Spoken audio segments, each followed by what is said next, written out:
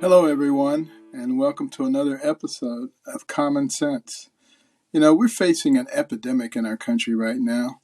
Fentanyl is killing Americans at unprecedented rate, and fentanyl deaths continue to rise, particularly among our young people and among our teens. And if you're a parent dealing with a child that's suffering with addiction, it can feel hopeless, but it's not. And, how we fix this thing is something that we're going to be talking about today with someone who knows something about this. Welcome to Common Sense. I'm Ben Carson, and today our very special guest is Angela Kennecke. And, Angela is a seasoned investigative journalist with a long distinguished history who was working on a story about drug overdoses on the very day that she got the news that her 21-year-old daughter, Emily, had died of a fentanyl overdose in 2018. But instead of allowing that to crush her, Angela decided to make it her mission to stop the stigma that surrounds addiction and to help find solutions to the opioid epidemic. She started Emily's Hope, an organization that will help spread the hope for recovery from addiction. Angela, welcome. I'm so sorry to hear about the tragic death of your daughter, Emily. Can you tell us a little bit about her life? We would like to honor her memory. Well, thank you. Thank you for asking that. And thank you for having me on your program, on your podcast. Emily was my oldest child out of four. Just a beautiful, beautiful girl. So much energy and so much fun. She was brilliant. She was artistically talented. She was athletically talented. She grew up in a middle-class family, had all of the privileges that kids in middle-class families have, did all of the activities, was involved in all of the sports, and never in my wildest dreams would I have imagined that she would start using substances and eventually die from fentanyl poisoning. And it was such a hard road to navigate, but I do want her to be remembered for the person that she was and for her incredible artwork and her energy and her joy. Well, were you aware of her drug usage? So Emily started experimenting with marijuana in high school. And, you hear the debate about is marijuana a gateway drug or not? And I get asked a lot on what is my opinion of the legalization of weed. And I always say, my opinion is it's not for the developing brain. We know that marijuana sets people up for addiction about 15 times more if they use it before their brain is fully developed. Alcohol about 9 times more. So Emily had started experimenting with this, and her friend group had changed. She had sort of alienated herself from her good friends. I say that in air quotes, but these were good kids that she was hanging around, and started hanging around people who were using.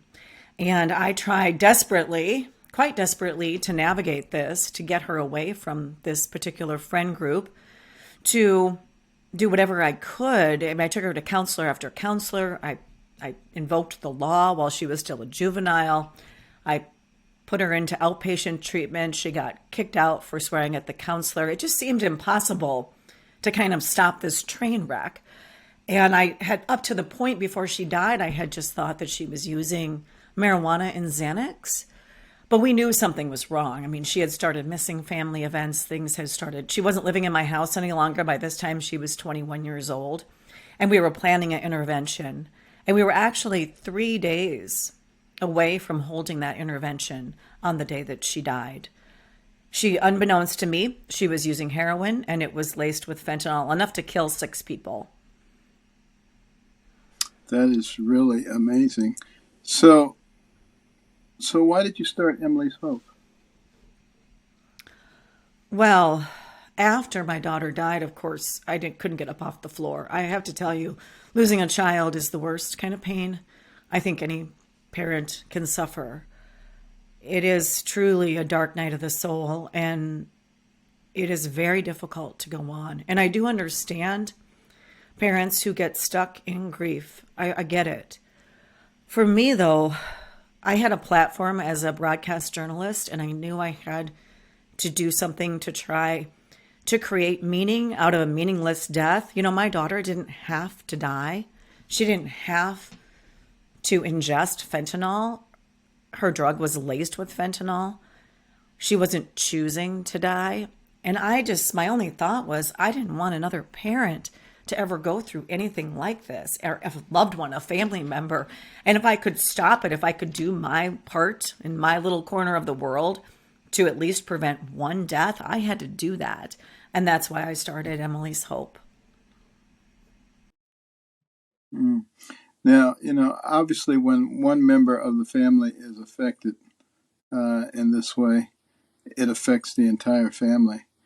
And many people have no concept of how easily one can become addicted. And some people don't have a lot of sympathy for addicted people because they say, it's their own fault. But what people don't realize is that most people who are addicted, if they could push a button and not be addicted, they would wear that button out. It's often the case that they say, yeah, I realize this is hurting me and it's hurting my family, it's hurting my loved ones, and I'm going to quit. I'm done. And before the day is over, they're at it again. It's not something that you can control. Very few people can just stop cold turkey and say, I'm not going to do this anymore. And that's why it becomes so vitally important for organizations like Emily's Hope to exist, to give people that chance.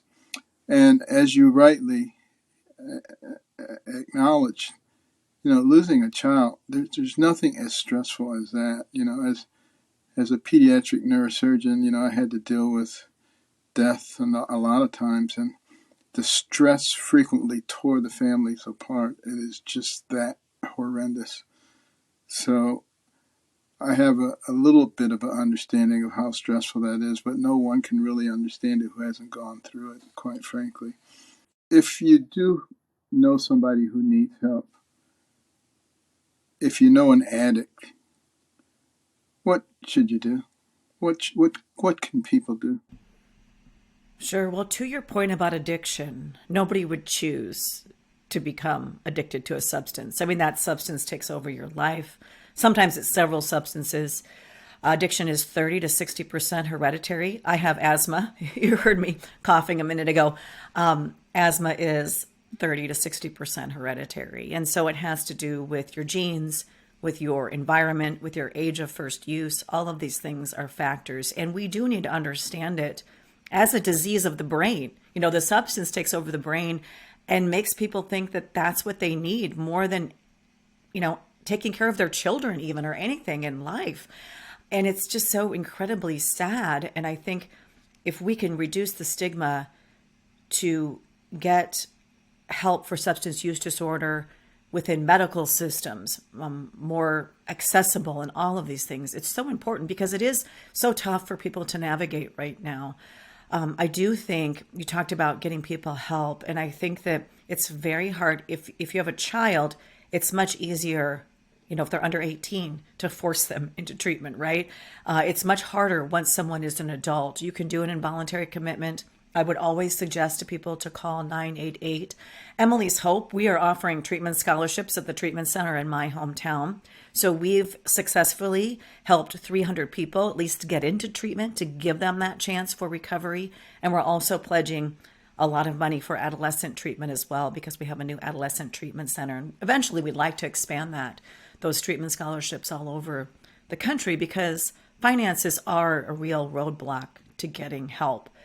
And stigma and finances, and just accessibility, and just knowing what to do. The weird part about addiction is that people deny they even have a problem, right? Denial is a symptom of the disease. So it's so hard because people don't want to admit. Plus, there's so much shame and stigma surrounding admitting that you do have a problem. But we've seen incredible cases of recovery. So it is possible for sure. And what about on the prevention front? Uh, Kids who are in middle school, junior high, what do you suggest that we do in those situations? Right. I am so glad you asked me about that because that is my biggest passion right now is prevention. I truly believe that once someone is addicted, that it's a tough road and relapse is part of it. So there's no like magic fix for it.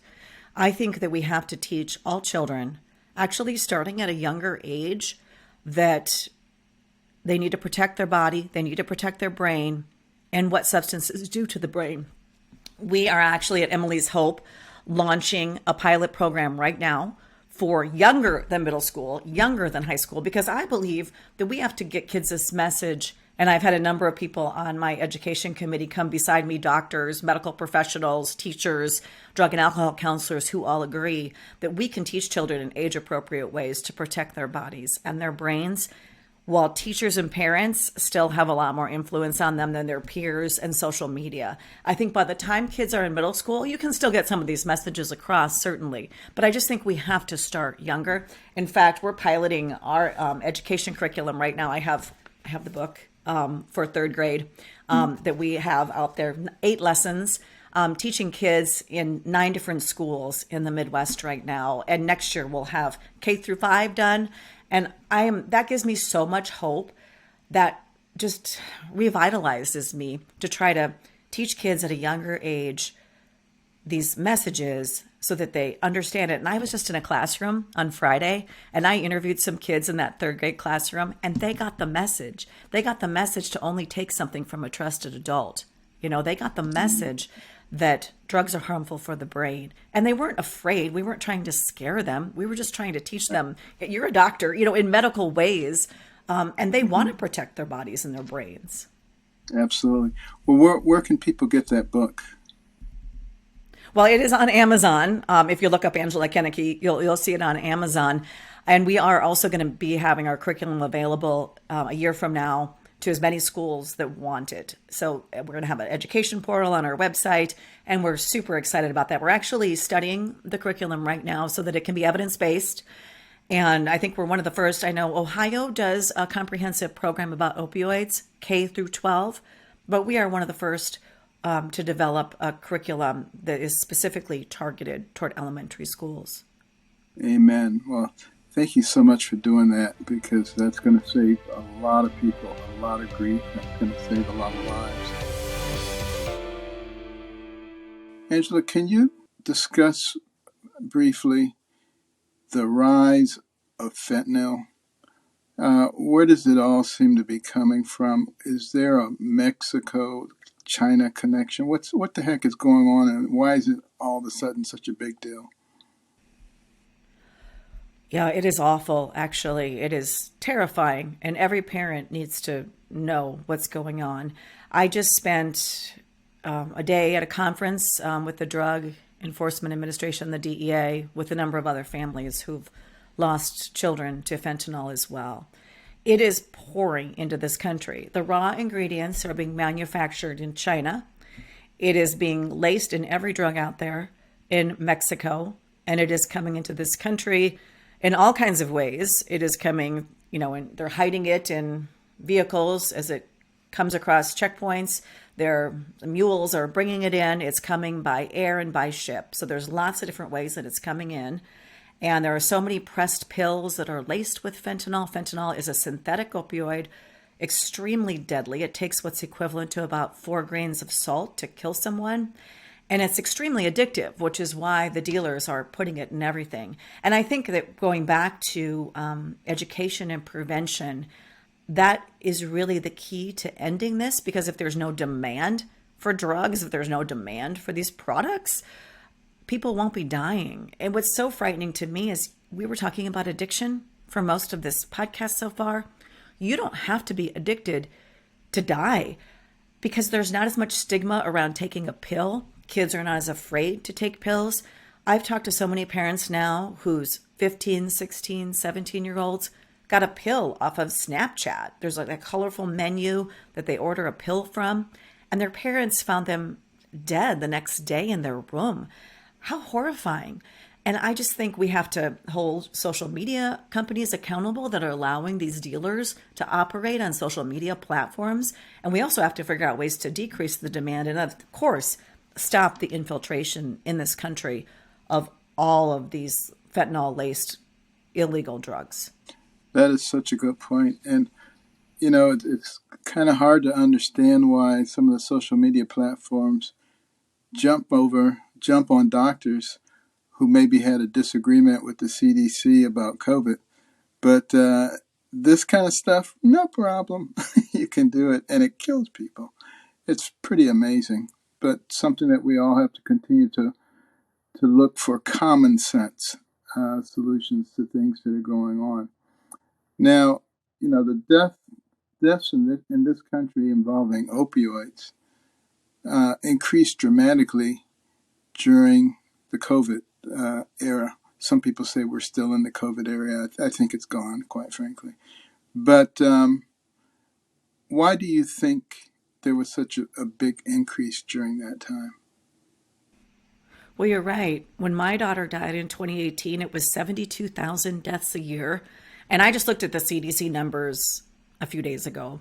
And through May of 2022, this year, that 12-month period, May of 2021 through May of 2022, deaths were at 108,022.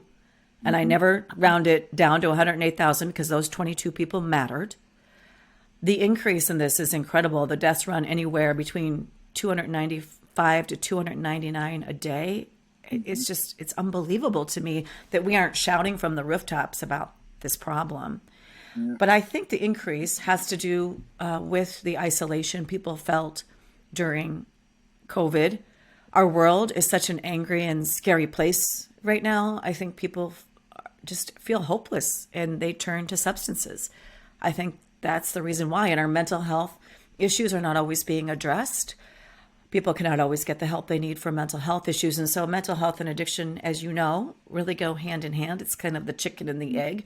Does use cause mental health problems? Yes. Do people use to self-medicate? Yes.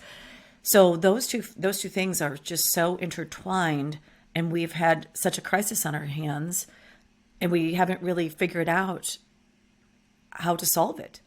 And we've got that coupled with the fact that, as you mentioned, a lot of drugs that are not, quote, fentanyl are laced with it by people who have nefarious intentions. And, whether it was intended or not, the effect is still the same. People die. And that's why we need to be so careful about taking anything that is uncontrolled. And I think that's a message that really has to be gotten out in spades, particularly to our young people. What can we do to decrease the illicit use of opioids? What can we, the people, do? Is there anything we can do? Well, on a personal level, every parent needs to know. I just spoke with some parents whose 19-year-old son died in 2021. They had never heard of fentanyl before. So every parent needs to be educated and needs to talk to their children about this and about not taking anything that's not from a trusted adult. And I think that the other thing is we need Congress to take more actions to allow parents, especially, to monitor social media of their children. And there are other things I think we can do on a law enforcement side, although we cannot arrest our way out of this problem. I don't think that's possible, but I think decreasing demand, educating the public, and new laws holding the dealers that we do catch accountable. In my daughter's case, the dealers were held accountable, and I think that that is unusual. That's what I'm hearing, that it's unusual that they actually get arrested, the people who were bringing crack cocaine, like you mentioned, and heroin laced with fentanyl into my community. They never used their own product. They had pictures of, themselves with big wads of cash. And I think they were held accountable. So one of them went to prison, federal prison, for 20 years. The other one got life. They killed many people in my community. But I think that's rare. So I think we need to hold the dealer is accountable. The punishments need to be severe. And I've had a lot of parents say it feels like this is chemical warfare on our nation, on our young people. I mean, I put up a poster of all these young people that I personally know who have died, and I just think about all the lost potential. Mm. What could they have done? Could they have been a neurosurgeon? Could they have been a journalist or a writer or an entrepreneur? We will never know. And it's terrifying to me, but I think that's why we have to get rid of the stigma. The idea is, oh, you chose to take this pill. Well, there's not so much stigma surrounding taking a pill, right? Kids are maybe risk takers. They may be willing to do those kinds of things. We have to get serious about solving this problem. Okay, and we're back with Angela Kennecke, an amazing American journalist with a tremendous reputation in that area who lost her daughter to fentanyl 4 years ago and has devoted her life to helping others understand how this can happen, how to avoid it, what to do about it. And these are tremendous contributions for an individual to make. Now, because of your ability to report things, to understand, to investigate, you're an incredibly important voice. And maybe you could tell parents, what are the signs to be on the lookout for regarding their children who may be getting involved with drugs and struggling with addiction? Well, first of all, thank you for saying all that. That's very kind of you. I appreciate that. I just feel like I'm doing the only thing that I can do to channel my grief, in a constructive way. And I do, you're right. I had the platform to tell Emily's story, and I know how to research things, and I know how to connect with people. And that's really helped with my mission. Also, over the years, I'd asked so many parents to speak after horrible things had happened.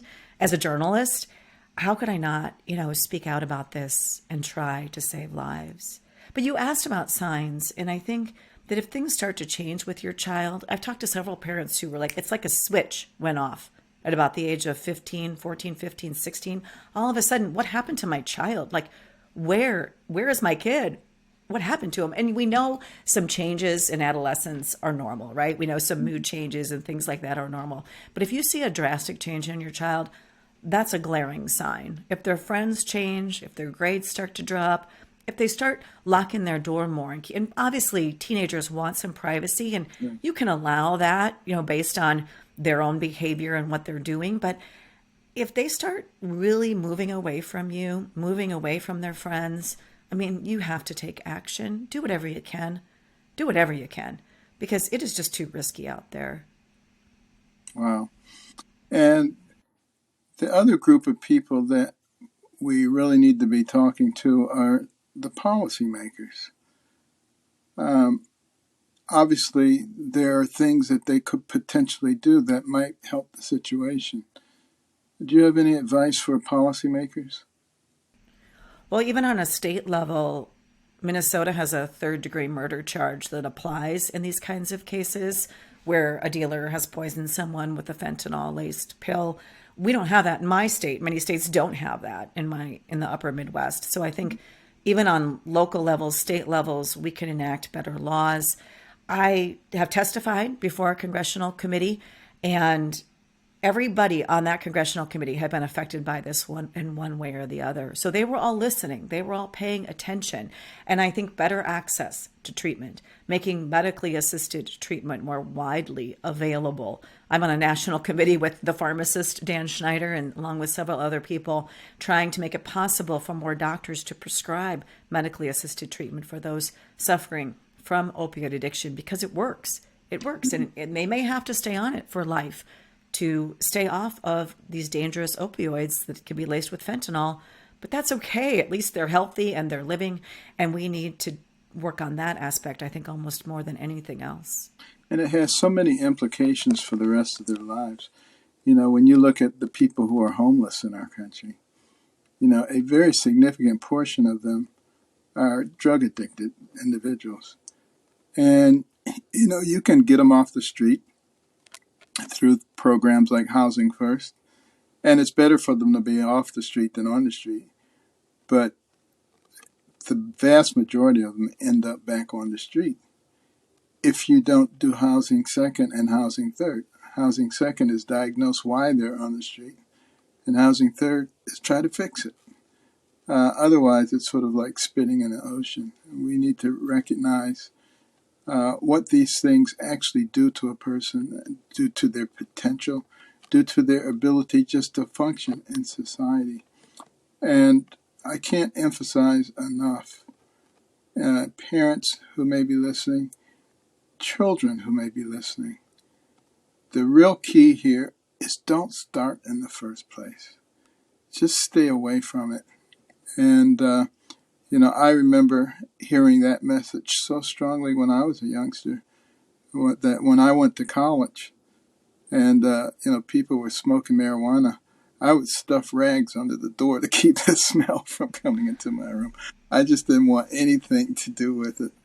And, you need to start working on your children at a young age, helping them to realize that this is something that can absolutely ruin their lives and the lives of everyone around them. And don't be tempted just because some of your friends are saying, oh, this is so cool and it makes you feel so good.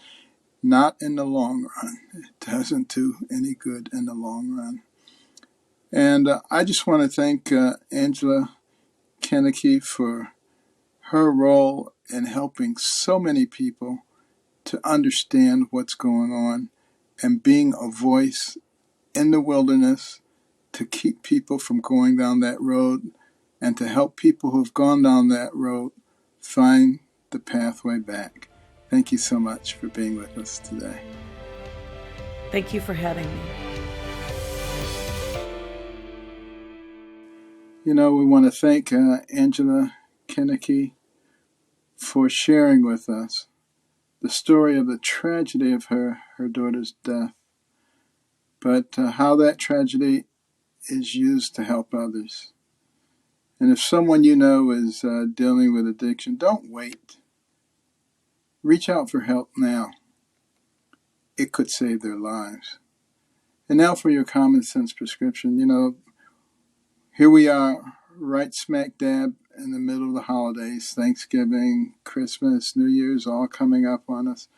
A joyous time, but also for many a very stressful time.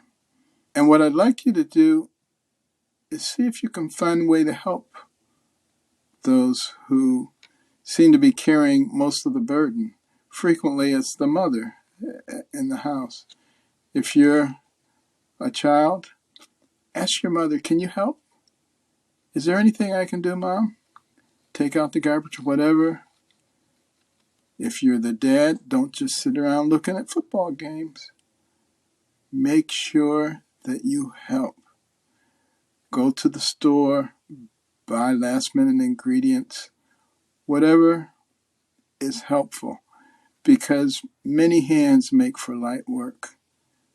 And when one person isn't overly stressed, then they can enjoy things, and it makes it more pleasant for everybody else. So love them and show that love by lending a helping hand. That's it for this week's show. Please subscribe for free on Apple Podcasts or Spotify or Stitcher, wherever you get your podcasts. Make sure you don't miss any. They're all archived. And remember to review us, rate us, tell your friends, family, neighbors about us. Let's spread common sense. Let's make it really common again. Please enjoy the holidays and write to me at ben@americancornerstone.org. Tell me what you thought of the show. Ask any questions. And remember to treasure the cornerstones: faith, liberty, community, and life. See you next week.